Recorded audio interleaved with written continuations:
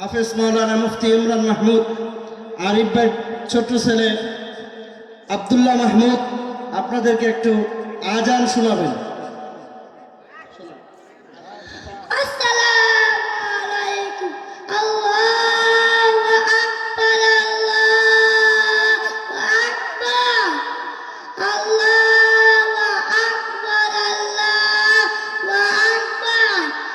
أشهد أن لا إله إلا الله أشهد أن لا إله إلا الله أشهد أن محمدا رسول الله أشهد أن محمدا رسول الله حي على الصلاة حي على الصلاة حي على الفلاح حي على الفلاح الله